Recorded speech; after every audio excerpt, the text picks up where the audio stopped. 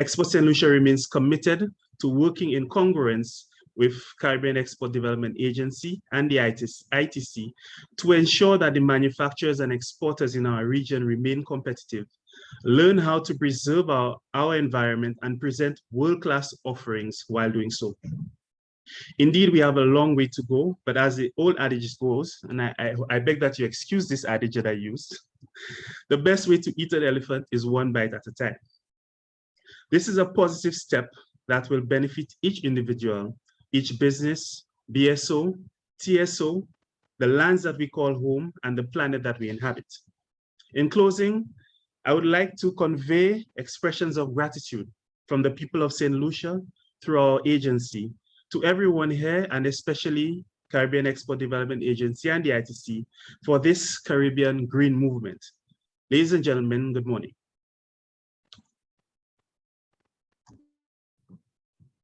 Thank you so very much, Mr. Gilbert. We will now move on to Mr. Richard Rambaran, Executive Director of Georgetown Chamber of Commerce and Industry. GCCI is, of course, another value partner of Caribbean Export and ITC implementing GreenToCompete. Please, Richard.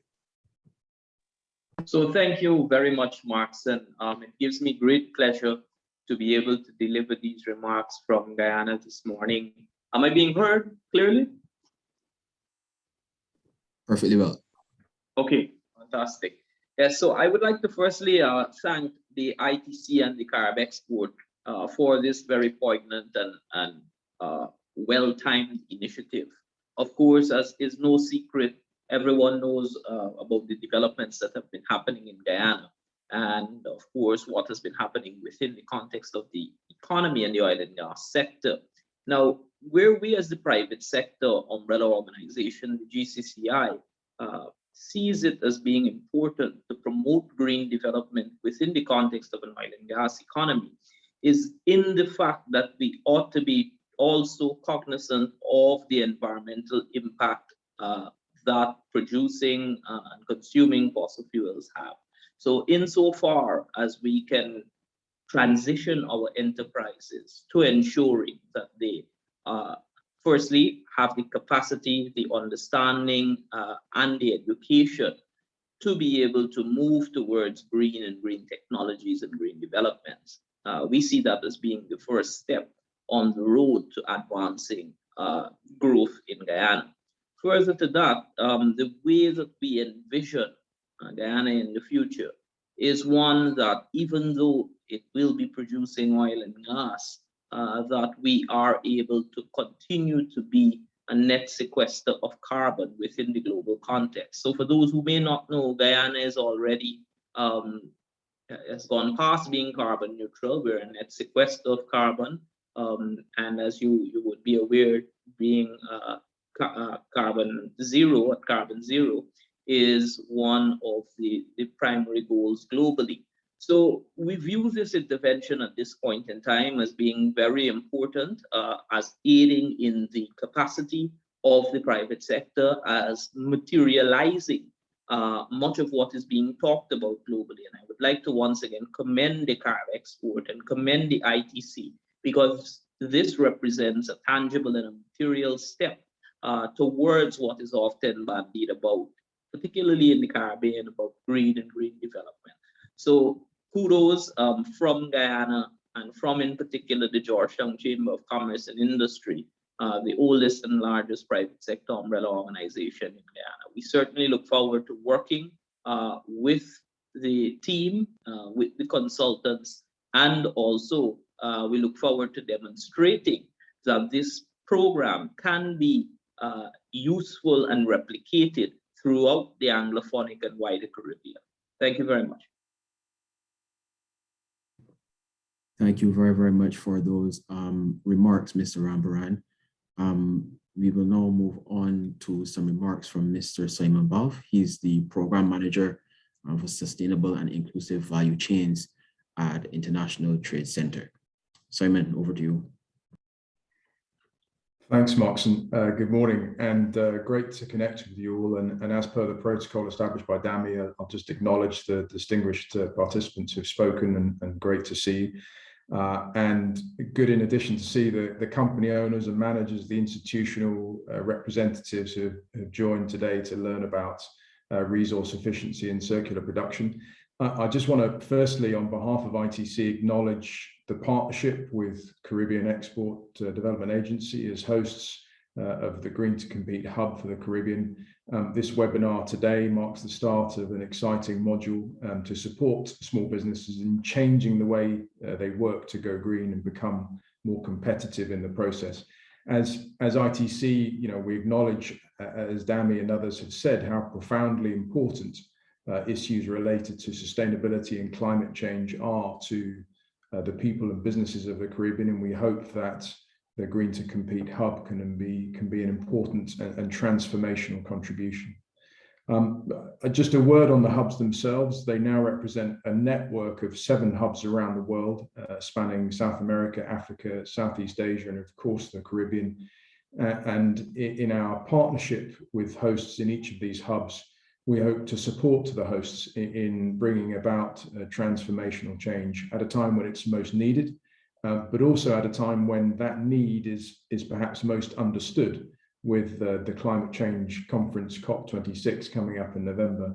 And collectively, through those partnerships, we hope to have supported over 4,500 companies by the end of next year.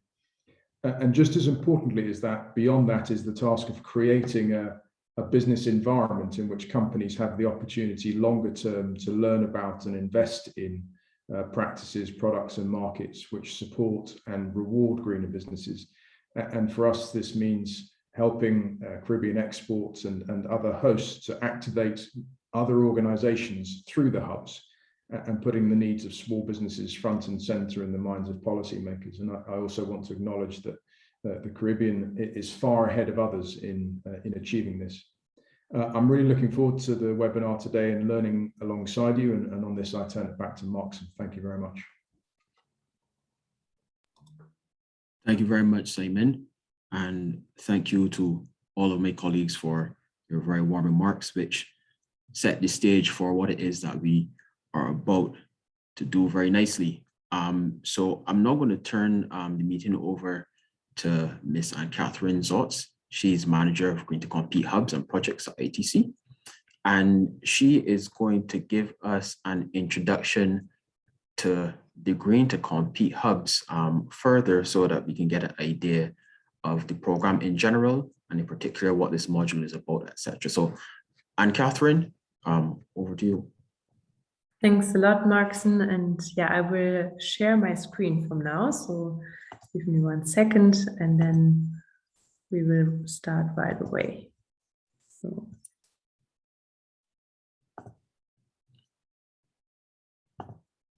Good, I hope you can all see it now. Yeah, perhaps a quick overview before we start diving more into the presentation. Markson already said it. I will give the introduction to the GreenToCompete Hubs on a global level. Then I will hand over to Mazda Greeny, who's the manager for the GreenToCompete Hub Caribbean. Then we will go through the actual approach behind our resource efficiency and circular production module. Anushka Raghava, she is the lead for the GreenToCompete Hub based in Suriname. So it will be also your main focal point together with Markson. And then we will hear actually from Mr. Ralph Williams, the founder and chairman of Williams Industries, on successful implementation of resource efficiency and circular production, especially concerning solar PV. And then we would like to hear from you about the challenges for Caribbean companies when actually trying or going towards resource efficiency and circular production. We will close then and also ask you to fill in a very short survey. Mazda will also now put again into the chat all the different links. So if you are a small or medium-sized enterprise, we would like to ask you to, and you are interested in the coaching program, of course, to apply through the link she will post there. If you are an expert with an engineering background and would like to become a coach, we would also put again the application link just in the chat. So you have them both there for your reference. Perhaps 2 words about the International Trade Center. The International Trade Center is the joint agency of the United Nations and the World Trade Organization, based in Geneva, with a very concrete mandate. We are there to support small firms to internationalize, to trade, and we do that through 6 different areas. So we support companies through providing trade and market intelligence tools. You will perhaps already know some of those, export potential map, trade map, and many more.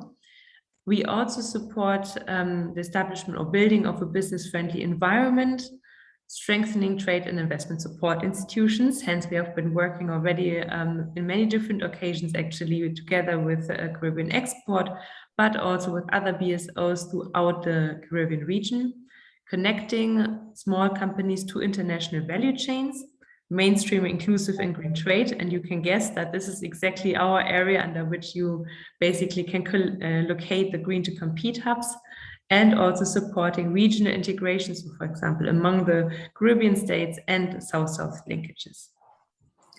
So now a few words about the GreenToCompete hubs, which actually form a global network of activators, which are shaping and driving the global conversation. So Caribbean Export basically becomes part now of an entire network which actually is there to inspire other BSOs across the globe in developing a green offering, to jointly innovate alongside other BSOs new green approaches for small and medium-sized enterprises, has the chance now to regularly exchange on lessons learned, best practices with other business support institutions, and of course to form a common voice in how to make the business case for small and medium-sized enterprises.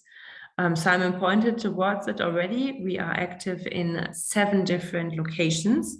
The Caribbean, we are focusing on 3 countries, primarily at the beginning, especially for our coaching programs, which are Barbados, Guyana, and St. Lucia. And then we are also in Ghana, Kenya, Laos, Nepal, Peru, and Vietnam. And the main sectors we are active in, but not only, but the main ones are actually all around agri-food. So really like agricultural production and horticulture, natural ingredients, again, for food products, but also natural cosmetics, textile and clothing, and ecotourism. So these are the main sectors we would find globally, let's say, most of the companies in. So with that, I can already hand over actually to Majda Green, who is our manager of the GreenToCompete Hub Caribbean, and she will introduce also the team behind exactly, and of course also the offering. Thank you, Anne. Hi, hello everyone. So welcome to our Sensitization Workshop. Very pleased to see so many participants attending. This is all very exciting. So my name is Majda Green, and I'm the project manager of the GreenToCompete Hub in the Caribbean from the ITC side. I will be presenting, first of all, the structure of the GreenToCompete Hub, then the different modules, components that we will deliver, and then zoom in on the resource efficiency and circular production module that we are launching today. So the GreenToCompete Hub in the Caribbean is part of a global ITC GreenToCompete Hub program. This hub, the one in the Caribbean, is hosted, as you know already, by Caribbean Export Development Agency, and also supported by Guyana Chamber of Commerce and Industry and the business support organization, St. Lucia Export. Basically, the hub will provide integrated solutions and tools for Caribbean MSMEs to implement green business. For now, we offer coaching programs for MSMEs based in Barbados, St. Lucia, and Guyana. As you can see in the slide, the GreenToCompete team is composed of 4 people: myself, Majda, Anushka Raghav-Barsingh, which is our regional coordinator of the project from ITC side, but based in the Caribbean, more specifically in Suriname, Dr. Demi Sinan from Caribbean Export that has already been introduced and has given the remarks. He supervises also the project, and Mark Sutton-Gill that manages the hub also from Caribbean Export side. Hola, can we go on the second? Perfect, thank you. So what is our offering, and what are those integrated solutions that we are going to deliver, and how? The GreenToCompete Hub aims to build knowledge and capacity through a blended learning approach of e-learning and customized face-to-face coaching sessions. For that, we hire local coaches from 3 target countries, St. Lucia, Barbados, and Guyana. And these coaches for every thematic area will be trained by ITC. The thematic areas are climate resilience, resource efficient and circular production, RECP as we like to call it, also compliance with voluntary sustainability standards, access to green finance, and positioning sustainable products in the international market. Basically, each one of these thematic areas is linked to a coaching module. So we have the module on climate resilience that aims at increasing the competitiveness of SMEs in international value chains through better management of climate-induced risk in terms of production losses, energy supply, transport disturbances, water shortage, as well as opening new business opportunities through new products and service demands. The module on resource efficient and circular production, RCP, which launches today, aims at increasing the competitiveness also of SMEs in international value chains. This stems through reduced consumption of resources used in the production processes and thus enhance their productivity. The third module is the Voluntary Sustainability Standard module that we like to call VSS module, which is going to be actually the next coaching after the RECP that we will be delivering by the Hub this year. So this component will empower companies to decide whether the implementation of a sustainable standard makes sense for them from a business and financial point of view also. It provides a tailored and practical action plan in order to get the appropriate certification. Then we have the very important access to green finance module that will allow MSMEs to access finance by local and international investors and banks. And finally, the module on positioning sustainable products in the international market. As the title speaks already for itself, it will help businesses position products in international markets. This approach will focus on marketing, branding, export management, and logistics. Website development, e-store development, digital marketing tactics, yeah. And that's it for this slide. Yeah, thanks a lot, Majda. I will take it from here and discuss a bit further the specific component on resource efficiency and circular production. So this is a component or a module which is actually implemented globally and within the GreenToCompete hubs, but also in other projects. And actually you can really benefit from having, or starting just now, after we have implemented throughout the last 2 years in different geographies and also different sectors with small to medium-sized enterprises and having really a vast majority of good practices here you can benefit from and learn from.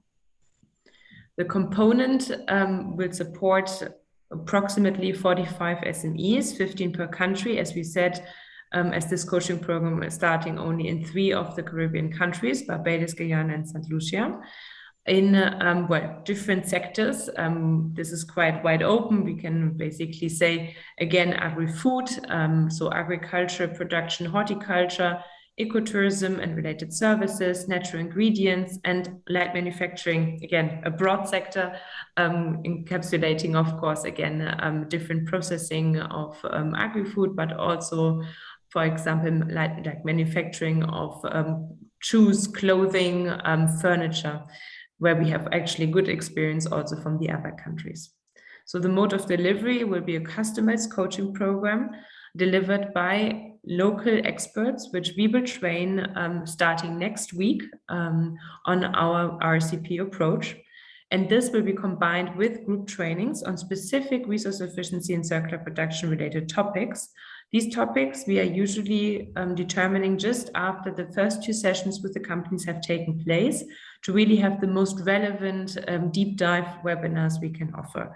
And these can be purely on how to go over a solar PV project, how to go over water purification systems, how to sign up for a carbon accounting system. So they can be very much different from theme to theme, and also very specific to the sector you're operating in. And then, of course, we will also combine this with context to relevant technology and service providers, and also access to finance. As Majda was showing, this is a separate component under the hubs, where we will support you also to fund the external financing needed, perhaps for your measures you want to go forward with under this component. So what do we mean with resource efficiency? We use the definition of the European Union, which says resource efficiency means using the Earth's limited resources in a sustainable manner while minimizing its impact on the environment. And we are looking here at 4 different areas. We're looking at water, how to reduce water and its consumption, how to actually implement good water management practices, and also how to decrease water contamination. We look at energy, how to assess and optimize energy consumption, how to, for example, better insulate and isolate your factory buildings. We look at ventilation, boiler operation, generators. So anything what is, let's say, pertaining this part, as well as renewable energy, and mostly through, for example, solar PV. Then we look at waste, how to reduce and recycle subproducts of production or production outputs, how to minimize any sort of resource inputs, and then, of course, also looking at how to actually generate new business opportunity from waste for your companies. And very good examples we can also show you there. And then we also look at chemicals as a separate topic, though it's of course interrelated with specifically water and waste. So we look at solid and also liquid waste chemicals. So waste, so liquid waste would be actually chemicals, the right use of it, and then also, of course, how to outphase hazardous chemicals in the case you have still certain ones in use, and for which are also, let's say, international standards for very let's say percentage content which can be part of your product when exporting to any international market. This we really see as the next step towards a circular economy. So while we are looking at these 4 areas, we want to encourage for each of these areas to find, let's say, a way how to feed this production or resource back into your own processes. So when we look at energy, we would like to see how we can actually use thermal energy again, or the heat produced within your production process again within your own, let's say, processes. So how can we basically feed it back into the system? How we can feed water back into the system by purifying it, or how we can reuse waste again, for example, to create new business opportunities. So we are looking at the circular economy really on a individual company basis and want to make it work for you as small and medium-sized enterprises. And here we are going to present, certain trends we have been observing, and which should also give a good reason why to further engage in resource efficiency and circular production. Starting with the increased demand for traceability and transparency in international value chains. So we see more and more that consumers globally are asking where, by whom, and how was my product made, which raw materials were actually used to produce it, and what is the environmental footprint. So we really see that more and more companies are reacting to that. And you might already see on certain products, finally, like a tag actually saying this shoe, for example, used so and so many liters of water and emitted so and so many CO2 or kilograms of CO2. So we see many consumer-facing campaigns sustaining this kind of trend. And of course, we have highly complex production systems. That means many companies now having this kind of, or facing this demand, need to go back and actually find out from whom am I actually sourcing, and what is actually the carbon or the environmental footprint of my producers. So because we have these complex systems, the questions are justified, no? And it poses the international companies actually into the position of digging a bit deeper and seeing where do the products actually come from, their sourcing, and how are they being produced. And how are they actually responding is then not only by looking into it, but actually signing up for more and more international initiatives, or having more and more stricter sourcing requirements. So you see, for example, the emergency of initiatives such as around the HIG index by the Sustainable Apparel Coalition in the US, or for example, we have a group of companies called the Initiative for Compliance and Sustainability, mainly French, but it's pan-European initiative, which has come up with an environmental audit and actually also informs currently the European Union on how to go about, let's say, European-wide auditing scheme for social and environmental sustainability. And we have more and more companies also disclosing results and publicizing also their suppliers list. So that's basically what we see as examples of responses by the international companies when it comes to traceability and transparency. But of course, it doesn't stop there. We also see them enhancing their own sustainability targets and publicly also communicating them. So here's one example. The Inditex Group very concretely said they want to achieve a use of 100% sustainable cotton before 2025, quite soon actually, no, just 4 years. H&M Group stated that by 2030, they aim for 100% recycled or other sustainably sourced materials. Carrefour, also a main supermarket chain in Europe, 100% recyclable, reusable, and compostable packaging, while simultaneously reducing the carbon emissions by 40% and halving food waste by the year 2025. Again, very soon.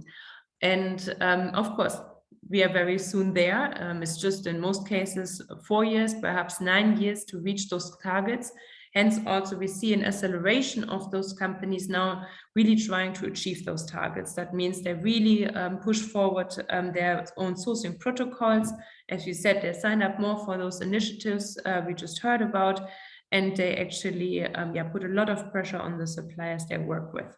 And also you would see when you have seen or researched one time these larger, let's say, statements, they became more and more precise. So while before you might have heard by 2015, we want to become more sustainable, now you read, we aim at 100% recycled or other sourced material, or you read, we want to only source 100% sustainable cotton. So it's much more concrete what we see nowadays, and it goes much further than that. We have also other companies who say we only source fish with, for example, with a certification, or we only will buy fair trade certified products. So this leads us to the last trend we would like to show you, which is the compliance with voluntary and private standards. Standards, of course, are easy, let's say, a means of verification or just credibility for the companies. So given the other two trends, we see also companies more and more imposing standards. They're easy to read also for the consumer and easy to understand. So we see in the agri-food sector clear, let's say, trend towards organic, Global Gap, Rainforest Alliance, Textile and Garment. We see more and more Ökotex, Global Organic Textile Standard, GOTS, or also certain ISO standards like ISO 14001. In the wood sector, you also see, for example, FSC or PSFC certified products. So these really are standards we find on every shelf nowadays, everywhere in the world. And of course, these are also just a product, again, of the general trends we are seeing, because they're easy to follow through with.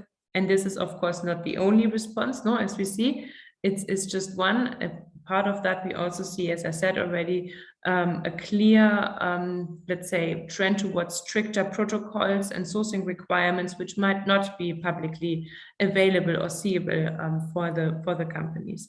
And COVID just enhanced actually this kind of trend. And we have, well, a specific COVID slide on that. We actually see that it accelerated the trends by, basically reduced demand for retailers or for any products, Retailers and brands even further consolidated their supplier base, especially when COVID hit hard last year. We saw a huge contraction basically in demand. And so we saw also that less and less suppliers basically got orders by international or leading retailers and brands, which led them, of course, to just work really with the very best. And those were not only selected on a, let's say, price or volume basis, but also in terms of their sustainability related performance. And this but it's mostly the supplier who can say, I have, for example, this kind of carbon or water footprint, because the buyer in the end got at the same time as it was buying much more conscious about what he is buying.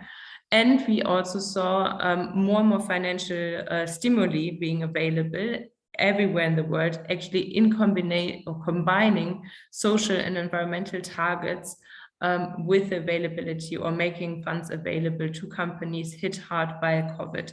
And of course, that happened in general under this so-called Build Back Better agenda. So again, retailers and brands further enhanced the sustainability related goals and also engaged only with the best performers. And we have seen from now onwards also many saying they want to continue exactly in this way. So having few suppliers, but performing well, giving them the quality they want and also the sustainability. Good, so with that, we find ourselves here starting the coaching program. We are actually here in the very beginning. Step one, understanding basically the benefits of how to go towards greater resource efficiency and circular production. And we will start soon the coaching program. This coaching program consists of 4 different steps. I will detail that further in the next slide. And which will basically give you, after, let's say, a certain amount of months, we say now December 2021, so in the next 4 months, a strategy which you then can, or an action plan, you can implement from next year onwards together with our coaches and our support. We will accompany you further in finding the right financing, technology providers and other experts. So during the coaching program in the next few months, we will assign you a dedicated coach trained by us and also provide the group trainings on specific topics. So it's an intense program. It doesn't mean a lot of time from your end, but perhaps here and there some follow-up. The coach will come to you at, let's say, every 3 to 4 weeks for 1 day to your premises, advance in the analysis, and then actually provide this product, the strategy or action plan at the end of the coaching. So the coaching, as I said, is designed around 4 different steps. We firstly set efficiency benchmark values or targets regarding waste production, energy, water, and chemicals consumption at the factory level. That means at your company level. And then we will basically collect data at your factory on energy, water, again, chemicals, and of course also the waste you're producing. Compare that to the benchmark or to the target your company has been setting for yourself, or informed by an international benchmark or a local benchmark, depending on what is, let's say, the most suitable and the most demanded. And then we will reach a gap assessment, looking at how actually your company can overcome certain gaps which are identified, and build up or develop measures to overcome those, and really looking at how to improve your own production processes, and find measures which can be implemented not only in short run but also medium and longer run. Those will be then compared in a cost-benefit analysis, so using a net present value calculation, and given the most prioritized or most feasible measures, we will come up with the action plan, which is customized to your company needs. So that is basically then the last step. And in each step, that's why we said like 4 times, around 4 times the coach will come to your premises, the coach will meet with you and go through those different steps. So the key at the beginning is really an openness towards sharing also data, and we will ask you for that already in a commitment letter to be signed, and then basically supporting where needed with further inputs the coach, and of course very actively also engaging in the discussion on which measures which are identified should be prioritized and which ones you feel also are most suitable to your company needs and your company's capacity in terms of human and financial resources.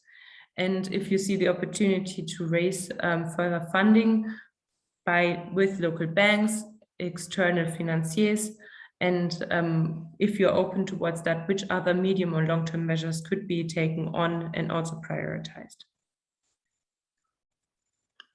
Good. We are taking questions a bit later, but sometimes until this slide, there are many. So I will now hand over to Anushka to explain even further the benefits.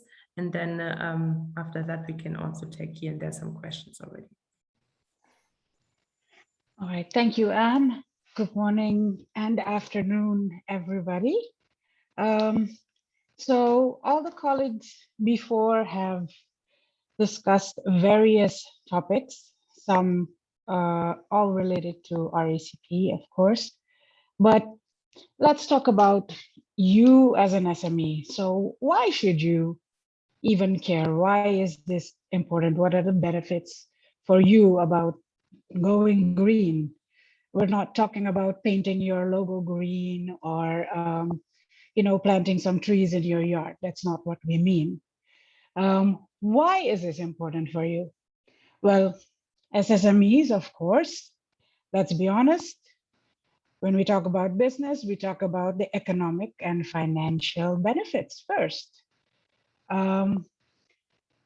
Your resources, your inputs that you use for producing your products, for your services, these are important, right? But when you apply RECP methods, you will very soon discover that when you are efficient with your resources and you optimize the consumption of your resources, you manage that better. You will be able to, first of all, get more benefits, get more out of the limited resources that you have. You will start to comply with the ever-growing environmental regulations, the requirements from other buyers, as my previous colleagues have explained, and you will be able to access new types of financing, which emphasize resource efficiency, green business, efficient practices. Adding to that, when you apply these kinds of measures in your business, then I'll talk about the business opportunity. You will discover, I'll give a very, very short and simple example. Pineapple producers, it's not just about the pulp. Do you know that you can utilize the peels and get more juice out of it? You can utilize the peels to create a new product, which is silk or paper from pineapple. So that gives you new product, new business opportunities. All when you start to look at how efficient can you be with your resources? How can you reuse waste? How can you utilize these products and what you already have and get more out of it? And last, but certainly not least, the world is going towards being very, very responsible towards our environment, contributing to fight the climate change. We in the Caribbean, just as everybody else in the region, in the world, are experiencing massive hits. So it's about time we start actively taking care and being responsible from our own end, looking at what is our environmental footprint in our businesses, in what we do, and implementing this in a responsible, traceable, and trackable manner. And I'll immediately go over to the next slide, which comes down to, again, the money, right? So COVID hit everybody hard. We're all looking for support, whether it's financial or technical, to grow our businesses, to recover, to do new things, to access new markets. So what's going to happen now? The world is changing towards more environmentally conscious, both the consumers, but especially the people with the money, the financiers, are looking at these responsible practices. You will hear the phrase ESG, environmental, social governance, used more and more. So that means when you as a SME, as a business, will go for financing, your financing, whether it's your bank or a financing agency, are going to start looking at these things. What is now still voluntary will start to become the norm very soon. So that means it's important for you to create a good business case that links to the financing options that are available. And that means that applying these responsible practices, applying these measures step by step is very important. My colleague before talked already about cost benefit analysis based on net present value calculations and the requirements of finance, the requirements of the market. So I won't go in repeating that, but I will say that this is what will become important for you. This is what will become relevant. And this is where, with our program now, we can take you step by step. And before this becomes the rule, we can offer you the opportunity that you are a little bit ahead of the game and you can join the bandwagon before everybody else. So that being said, I'll go to the last slide, which is what are the next steps in our program? So we have 2 calls open right now. One is for coaches. So if you're interested in becoming a coach, in participating as somebody, as a consultant who wants to supervise SMEs, we have a call open, and that call ends. The deadline for application is September 6th, and the link is given there in the in our slide, but also in the comment box. So you can apply for that if you're interested to become a coach. And if you're interested as an SME, as a business, to participate in the training, the coaching, the supervision that we would offer, you can also apply. That call is also open. My colleagues have posted the link in the comment box. And for that, the registration ends on, the deadline for the registration is September 10th. So what will happen after these deadlines? First, with regards to the coaching program or the applications for the coaches, once you have applied, you will, of course, hear from us. We will communicate with you and we will give you further instructions on the training program and the selection processes and how everything will continue. So next comes for you as an SME. If you have applied, there will be a selection process, of course, and you will hear from us by September the 13th. The actual coaching or training program will start in the week of September the 20th. That is for you as a business, as a SME. Before that, once you have heard from us, you will have to complete a commitment letter. My colleague mentioned this before. We will match a coach to you. That means you will be assigned a coach. And after that, once the training and the coaching program starts, you will have to participate, of course. We will give you a schedule and all the necessary links and information, of course. And then your individual RCP coaching commences. And this is a process. We will take you step by step. We are helping you individually. So the coach will go through your company needs and assess what is applicable to you. At the end of the day, it is important that at the end of these programs, we reach a point where your company is RECP, is properly assessed, and we have a good plan for you to be able to implement these resource efficient practices. So once the coaching commences, this is a 3 to 4 month process. We won't be bothering you every day, as my colleagues mentioned. It is on you. The coach will arrange specific times with you, and it will be a very structured approach, which will be agreed on with you. So by the end of December, we want to have completed the RECP coaching program with all of you. I guess that concludes my slide, my presentation for the next steps.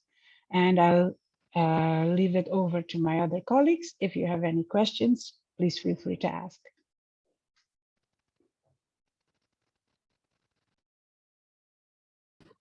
Thank you very much, Anushka. Anne, I noted that you had mentioned questions at this stage. Would you still like to continue with that, or would you like to proceed with the agenda as originally planned? Yeah, if there are any urgent burning questions, I think that we could take now some. It's a good point in time. So no, let's say questions are lost. And if not, and everyone needs to still, let's say, a bit digest, we can also go ahead. So if we have any questions in the chat, which I currently cannot see as I'm sharing my screen, then we could like take those. And otherwise, yeah. And also I just broadcasted the email address of Mashta. So also we can of course take follow-up questions by mail if you don't feel comfortable having the questions answered here publicly. So we have one, what will be the definition used for MSMEs? So that really is sector specific also in our case. In general, of course, we would follow, let's say, the definition, which is also broadly used by a Caribbean export.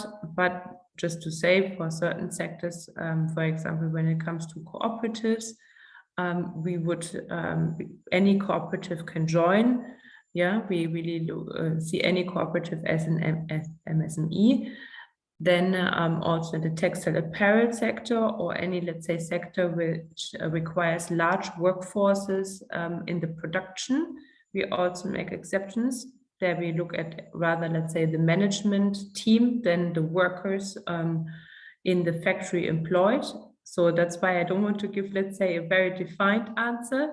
So in general, yes, we follow, let's say, a broad definition, and we would, yeah, take it on a case by case basis or sectorial basis, yeah. Because the micro one is very easy. It's basically 1 to 5 employees, but then I think you are more pointing towards the larger end, and there, of course, again, we need to see, yeah.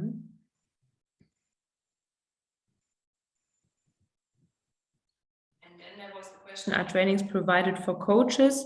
So yes, when you want to become a coach, again, there's the link also to apply to the coaching program here in the chat. Also, you can write Mashta if you have even further questions. So Mashta, you can also perhaps drop again your email address in the chat. And the training starts as of next week, but you need to apply for it to be admitted to the training of trainers. This runs for over 2 weeks. And if you perform well in the training of trainers, you can be selected as a coach. Okay, I have a little question. Yeah, please. This is Ralph Williams. You have any really good agricultural coaches? There are a number of young people in Barbados who would like to start in agriculture, but there's sadly lacking the leadership and so on, and the coaching. Yeah, so we are recruiting the coaches as we speak. So that means now we have the application still open. until Monday. So we have gotten also some good applications. So we see actually, as in comparison to many other countries, that they're excellent experts in the Caribbean region. And yeah, so we haven't yet completed the training of trainers, which is our ultimate test for everyone who wants to become a coach. But so far it looks quite good on the quality side, looking just at the CVs. Thank you.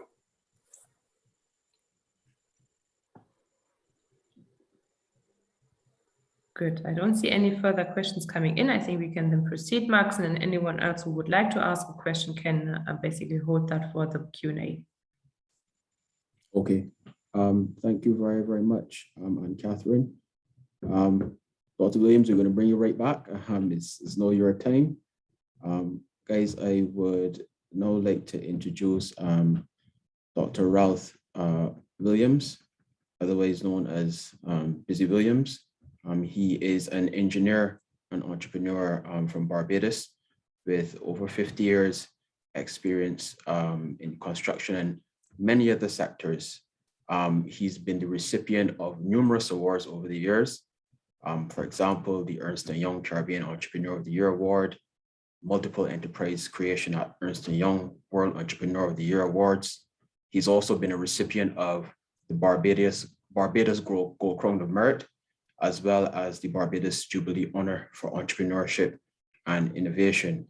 And finally, he's also the recipient of an honorary doctorate from the University of the West Indies for his extensive work that he's done over the years. Dr. Williams, the floor is now yours. We're looking forward to your insights.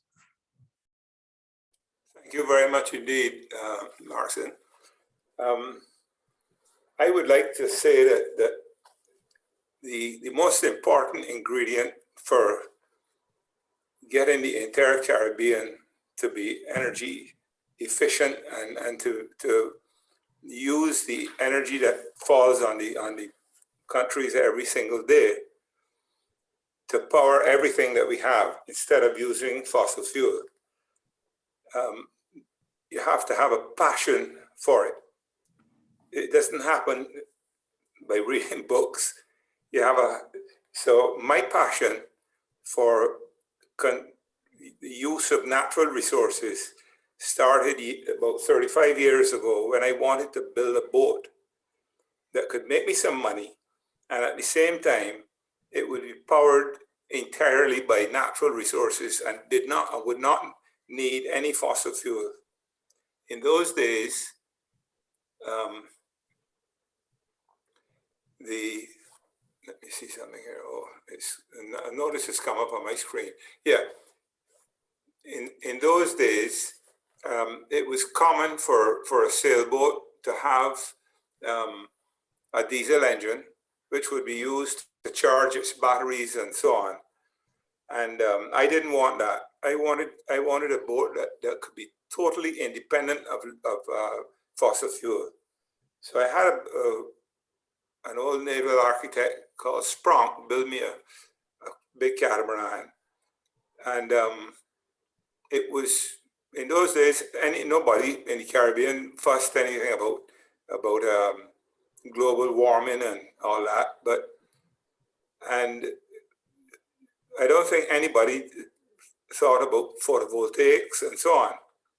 So the story is that the boat, I insisted on powering the electrical side of the boat by photovoltaic panels and a small wind turbine up on the front of the boat. So that enabled it to have refrigeration, and all the creature comforts of the thing of the day without utilizing any fossil fuel whatsoever. That boat was called Tayami. It stands for This is a Mobile Investment. And that revolutionized the catamaran charter business throughout the Caribbean. But it also showed me very clearly that these sources of energy could be extremely efficient, reliable and rugged. So it was not possible to make financial sense out of it, because the panels were very, very expensive in those days. And so I set about to watch the price of the photovoltaic panels over the years, and eventually they got to a price where we thought my director of new project development, David Staples, who has contacts all over the world. He's an American, really, but he's been here for many, many years. And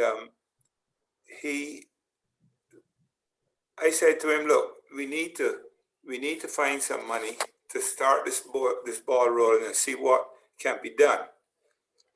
Anyhow, we put on 17 kilowatts of photovoltaics on the BRC factory roof, ran it for a year, and at the end of the year, I was able to calculate quite quickly that it would need only 2% of the land area of Barbados to power the entire island with electricity from photovoltaics. So we set off to raise the money to build a big system. And of course, the banks in Barbados didn't want to hear about it because it was not new and this thing could be unreliable and blah, blah, blah. Anyhow, we went off to Washington, and he was able to use his contacts there to persuade the Export Bank of the United States to lend us the money to build a 1.5 megawatt system. Of course, there were no regulations in those days to say what rate we would get for the electricity sold to the grid. So we were taking a huge chance, and the Export Bank refused to take that risk. So they asked for Williams Industries to guarantee the finance, the repayment of the finance, which I was able to persuade our board of directors to do. We had a few dollars in those days, and we went off and sourced the panels from an American supplier, and we installed the first 1.5 megawatt system here on the roofs of Williams Industries buildings. Since then, even then, the price of panels was still much, much higher than they are now. So we have moved ahead in spite of the best efforts of government agencies to slow it down. We've moved ahead, and Williams Industries is now totally carbon. I don't know if you call it negative or positive. Anyhow, we produce more electricity than all of our buildings, factories, malls, and everything consume. So that's an achievement that I had a passion to do. It didn't come because I wanted to just make money. It was a passion that I felt needed to be done in the Caribbean. And in my view, it could be replicated in every country in the Caribbean. But the first thing we need is very clear. Right now, it's taking far too long to get permission to build out alternative energy in Barbados. In the interim, I got together with another friend of mine, and we decided we would jointly fund a big wind turbine. And we built this wind turbine about 25 years ago to power the BRC factory. And in those days, I really didn't realize why you would need permission to build a wind turbine, since there were wind turbines in Barbados that drove the sugar industry for 100 years. Anyhow, obviously, you know what happened. We had to take it down. But we had it up long enough to be able to prove the financial viability of wind turbines. And so I have all the data. I've tried repeatedly to get permission to build bigger ones and to utilize the wind, but I have not been able to do it. I think the Light and Power, after about 15 years, has now got permission to build some. But in my view, the farmlands in St. Philip and so on should have wind turbines on them. But the regulations prevent these things from happening. So my view is that what we need in the Caribbean, and you all have the influence to get these things to happen. I don't have that influence. We need governments to get together with the private sector who are keen to invest and to understand and to have a passion for a sustainable future. Get together with these private sector individuals, sit down and have a task force to develop the best possible regulations and policy going forward. And the regulations will have to be such that people would not have to wait on a year on a town planning approval to know whether they can build a system in a particular place. That would be something that's in the regulations and the policy. So you would know whether you could do it or not by just reading the regulations.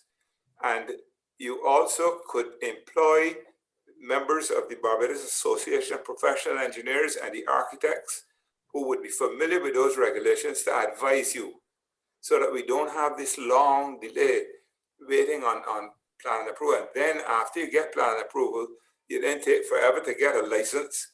And it's a really, really tough road. And I sometimes wonder how we managed to get as far as we've got. Anyway, my feeling is that once you have these regulations in place, and the regulations are such that they are bankable, they have to be bankable, and they have to have clauses in them that enable people to invest in storage, whether it be battery storage or whatever storage they can use. There are many options available on the world market now. There has to be at least enough money paid to people who invest in storage to enable them to finance it. If it's not bankable, it will never happen. So the regulations need to be bankable regulations. And my view is that the Caribbean people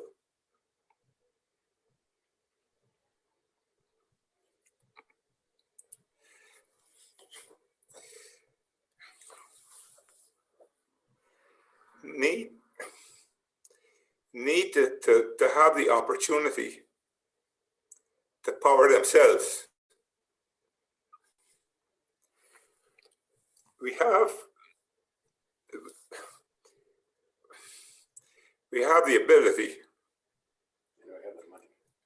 We have billions of dollars in savings that Caribbean people have in banks. And we have things like the green energy bonds that Williams Caribbean Capital have developed and had them approved internationally that could mobilize the savings. Now, another thing that a lot of people don't realize is that the total amount of foreign exchange that is required to import all of the components for a photovoltaic array is repaid in between 2 and 3 years by the savings in oil alone, in the purchase of oil. So you're talking today about resource efficiency and circular production Now, tell me, if that ain't the best circular production in the world, you take what foreign exchange you can borrow from the international community, you invest it in components for alternative energy, renewable energy, and in 2 years, you get it back. And you can invest it again and again and again. And it's locally owned. But And it's locally owned. yeah, and all the production assets are locally owned. If we can do it, why not do it? All we need is regulations that move the blocks out of the way and let the private sector get on with the job. Governments should never, in my opinion, set out to compete with the private sector using taxpayers' money. It's just not moral that you can take people's taxes and put private sector operations out of business, which happened to us when I started Red Jet. So that had no chance of success because the use of taxpayers' money was put on the table to put us out of business. So that's my contribution today. I get very passionate about it.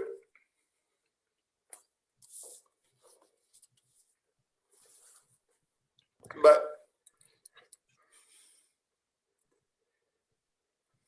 to drive it, you need lots of energy. Mm-hmm. I believe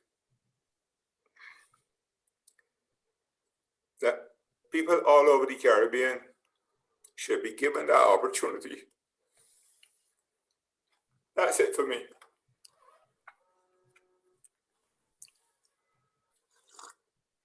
Dr. Williams, we want to thank you for that very impassioned and insightful presentation. There's so much to take away there, from the importance of being able to structure project finance, the ability to utilize new technologies to achieve cost savings in production, to the range of regulatory issues which need to be confronted. There's one thing I would like to add to what I have said. Yeah. Be guided by common sense. Mm-hmm. The whole thing is all you got to do is to apply just straightforward common sense, and we can be successful in empowering ourselves in the Caribbean. Unless what happens is what governments incentivize to happen. Government can break you or make you. So all we need is good policy, good regulations, and let government stand out of the way and let it happen. Pure common sense. Thank you very, very much, Dr. Williams. And Catherine, I believe we are now moving on. Mark. Hello? I can't hear you, Mark. I'm muted? No, we hear you. Oh, okay. Yeah. Right. No, I said thank you very much for your presentation. We have a lot to now talk about going into this question and answer segment. So I would now like to invite members of the audience to please put your questions into the chat box, and one by one we'll be able to address those questions. If you have questions for ITC team, Caribbean Export, Dr. Williams, please.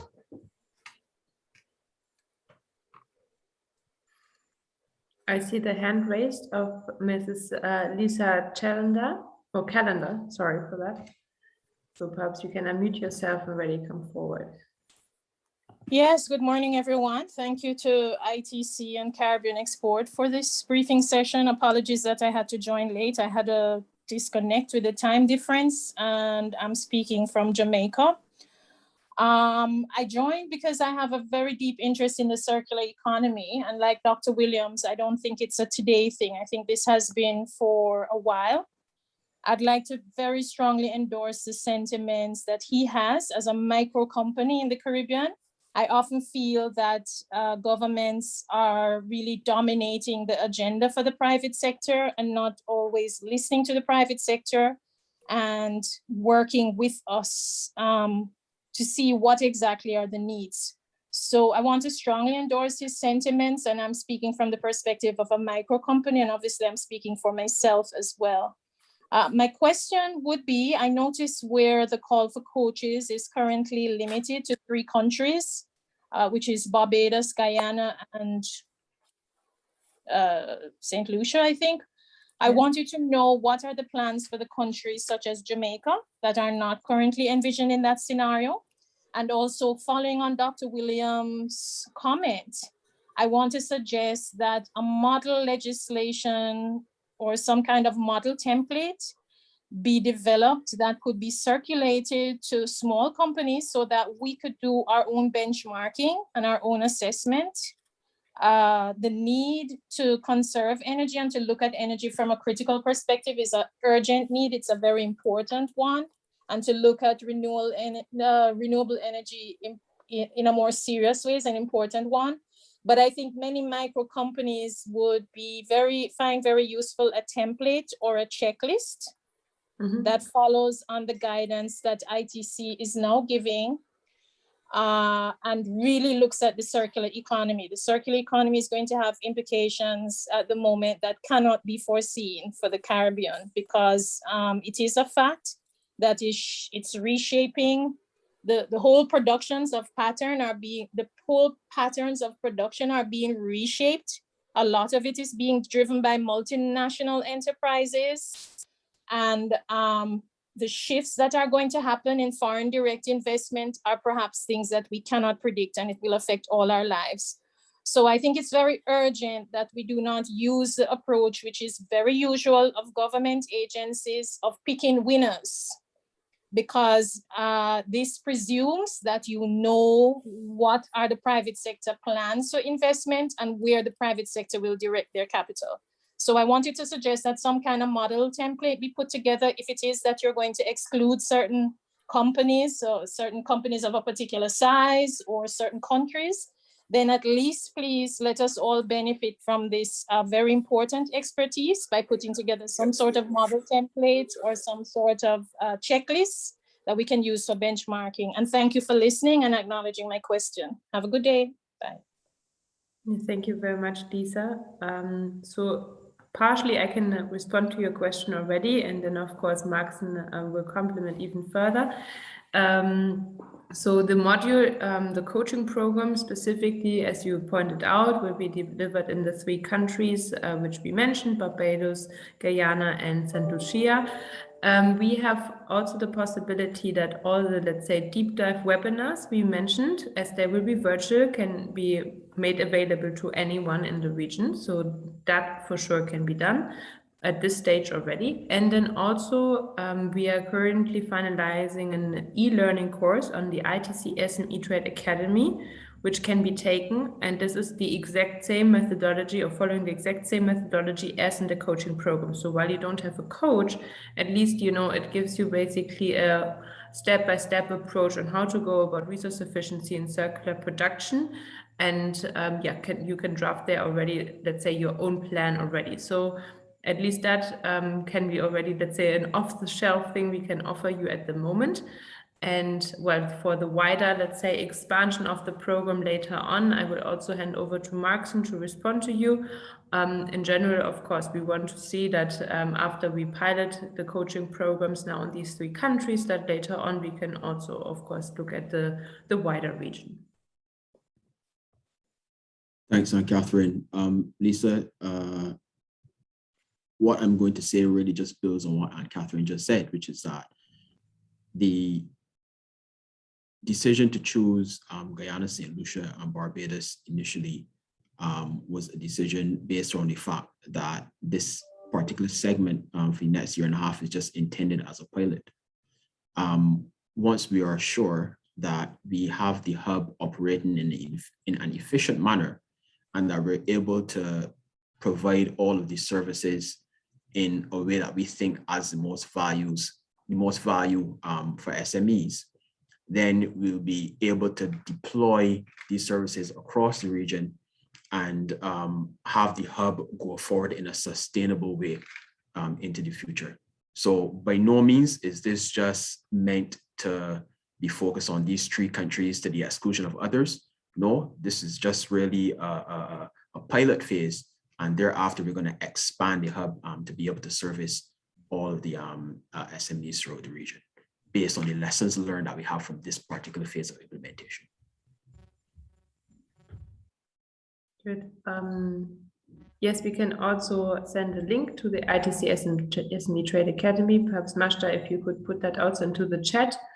Also, just on a side note, in a similar vein, in the 13th, I think of September it is, or 12th, we have also a course on climate resilience starting. So anyone interested in that. So when you look at the ITC SME Trade Academy, you see also that as the next course popping up before the resource efficiency course takes place again.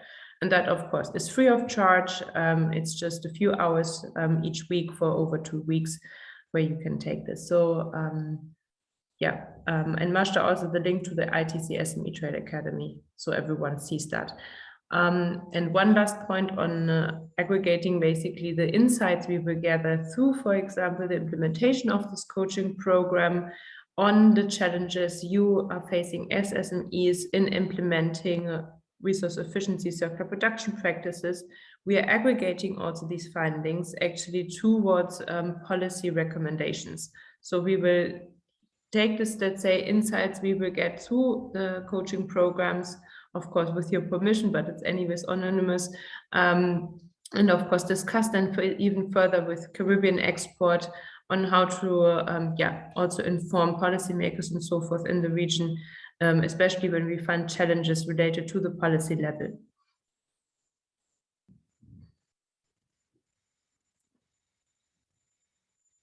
So I see also the question now popping up on will overseas territories, Dutch and French, included in the expansion? I think, Maxen, we can say yes, no? Yeah, so I want to say as well, yeah, so Caribbean Export over for decades has been constantly engaged in deepening relationship with overseas countries and territories. And wherever possible, we do seek to deliver our services and expand our reach in that regard to foster and deepen those relationships. And an expansion to the overseas countries and territories is definitely something that we'll endeavor to integrate into our strategy for expansion.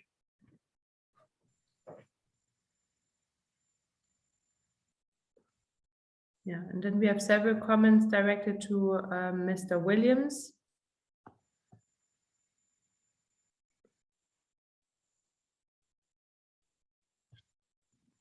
Maxen, I don't know if you would like to read them out for Mr. Williams also to react. Sorry, didn't realize it was muted. Right. So we have first a comment from Dr. Ronald Clark, and he says, thank you, Mr. Williams. I'm an energy policy consultant in Barbados, and I've contributed to the reforms in policy and legislation to create a current enabling environment. Thank you for your recommendation to focus on regulations to remove the remaining barriers to private sector participation and investment in sustainable energy in Barbados. These barriers are administrative in nature, so the regulatory reform should focus on administrative reform. And we also have a comment from Marcia Brandon. She says, Dr. Williams, great to see you. We also need so much training and technical and mindset. I like the added common sense approach because creative imagination in this dispensation will be needed to drive implementation as we build forward better, more equally and equitably. Yes, those are the comments. Dr. Williams, I don't know if you have a reaction to any of those that you'd like to share. my only reaction is I thank those people for their comments, and I'm hoping that what I said will not offend governments too much, but they will take the lead and proceed to create proper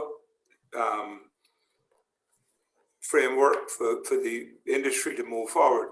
Now, I know in Barbados that our Prime Minister is pushing the forces to get the regulations sorted out, and I know that our Chief Agricultural Officer is very busy creating a really good framework, policy framework, and so on, that would make it very easy for me or anybody else to decide where we could put a photovoltaic display or a wind turbine and so on. So the process is ongoing, but it needs to be turbocharged. It needs to be turbocharged. We don't have the luxury to sit around. We need some 24-hour sessions. While we are studying all kinds of safety and this, and I agree 100% with safety, but don't carry it to a ridiculous level. Don't tell me you gotta have 1.5 times the height of a wind turbine to the highest point on its blade. The regulations say that it has to be 1.5 times that distance from the nearest boundary of land. That means we need 90 acres of land to put one wind turbine on. It's ridiculous. That is fine for Canada. They got millions of acres, but Barbados and a lot of Caribbean islands don't have that space. So we need to get serious about this thing and get it done, because our foreign exchange is going overseas to buy oil all the time, and we need to stop it.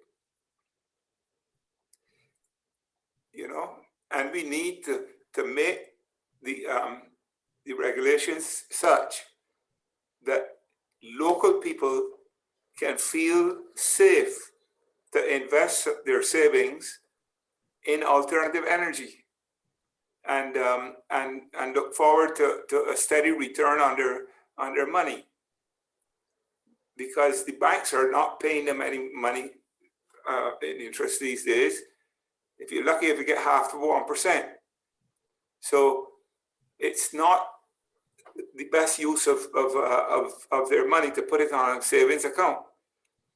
But we do need also to have something that is secure and in my opinion, properly built photovoltaic arrays are as reliable as the sun. When the COVID hit Barbados, our company was not really affected very much, although we were shut down. A lot of our industries were shut down.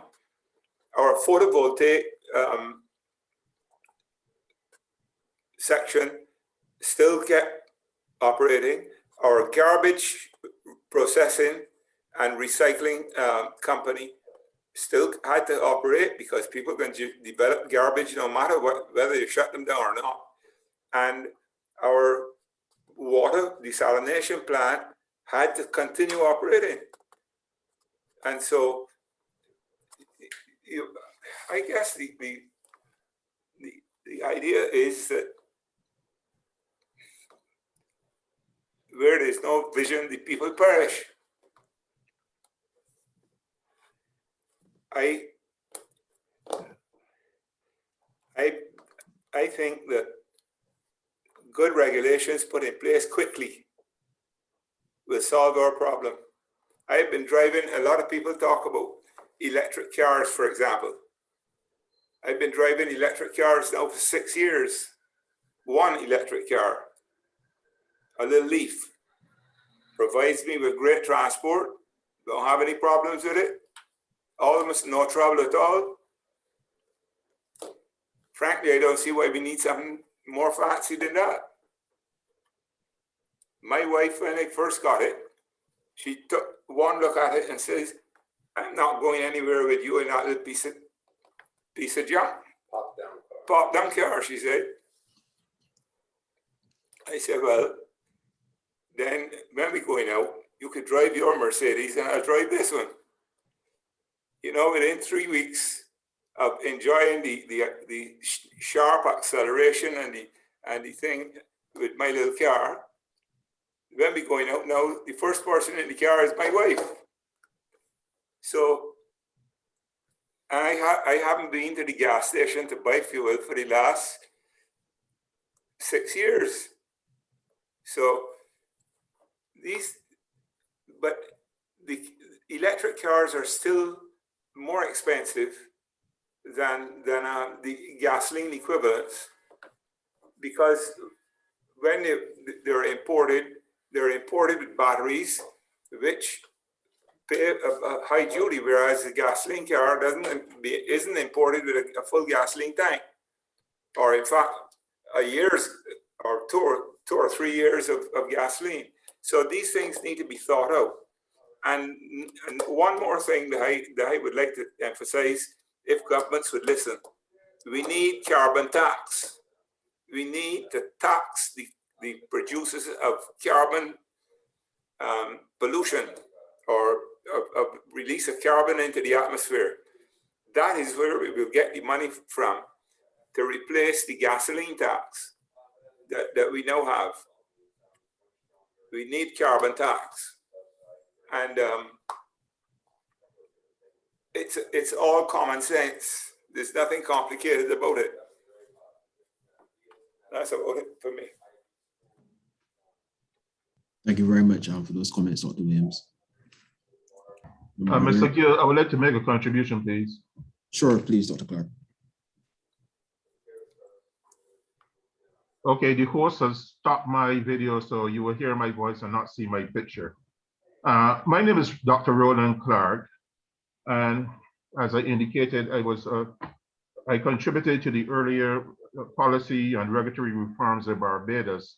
I want to make a comment about local investment in the sustainable energy sector in Barbados versus international investment.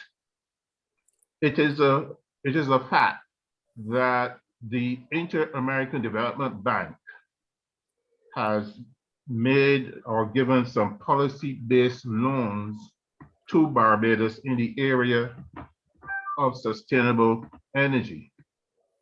And it is my observation of the Inter-American Development Bank that it is they who absolutely insist that the opportunity and room should be made for international investments in the sustainable energy sector in Barbados.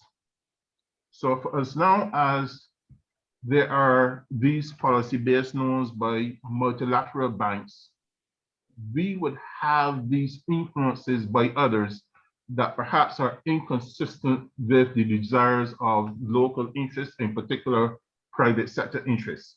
I thank you very much for allowing me to make that contribution.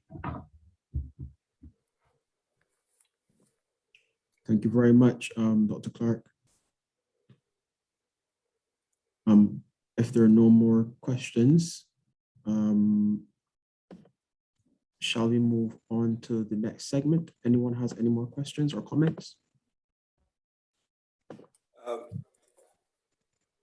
I need to go. I have a 12 o'clock meeting, so I'm sorry that I have to leave, but I do have to depart, and I hope that the rest of the session goes very well indeed. And I would definitely like to speak to you. I will contact you, Mark.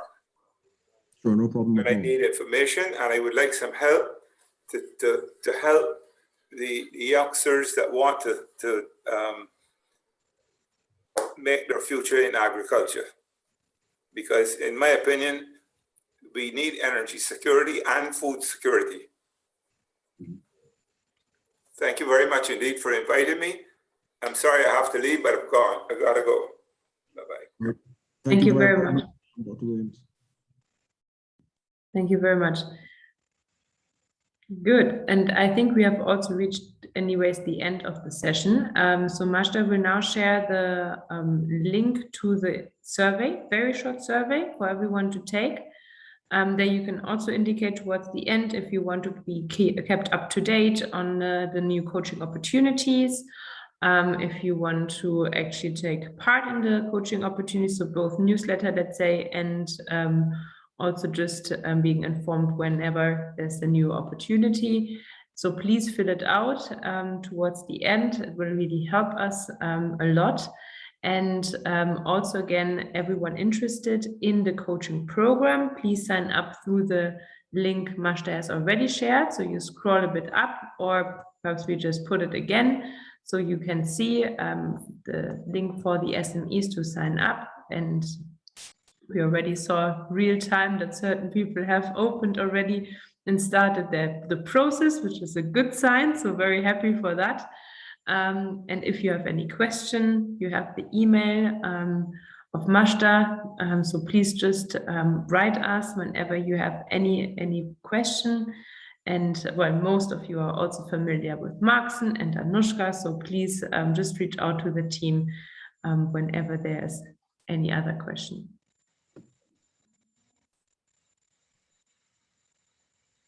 Okay, and we're going to allow for just about 5 minutes or so for persons to conclude the evaluation survey. Exactly. So. Okay.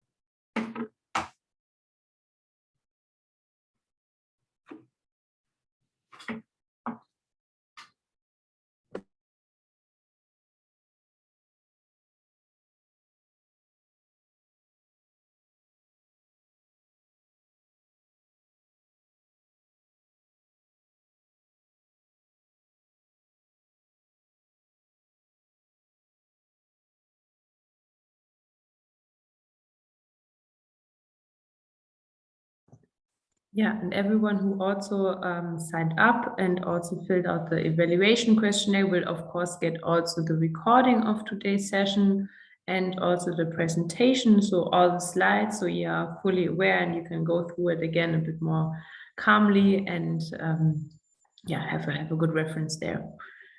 Mm-hmm.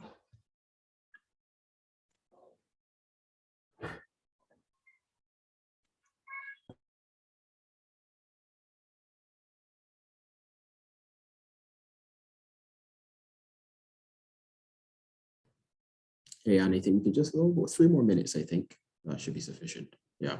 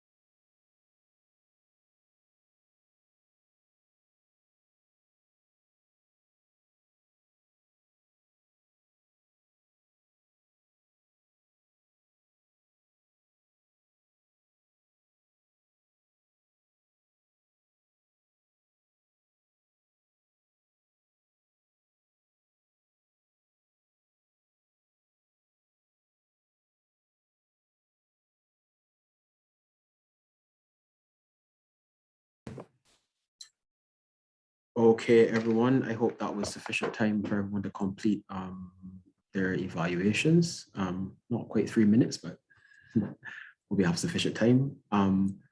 I just want to thank everyone for attending today's webinar. We had really wide representation from entrepreneurs, regional organizations, government organizations, etc. We're really pleased to have you all here. Even though he's gone, I really want to thank Dr. Williams again for his very impassioned presentation on the subject matter. There's quite a lot to think about, and I hope that the discussions will encourage the SMEs currently in Barbados, St. Lucia, and Guyana in the first instance, and of course, the Caribbean region thereafter, to take interest in this particular area. Please do sign up to participate in GreenToCompete.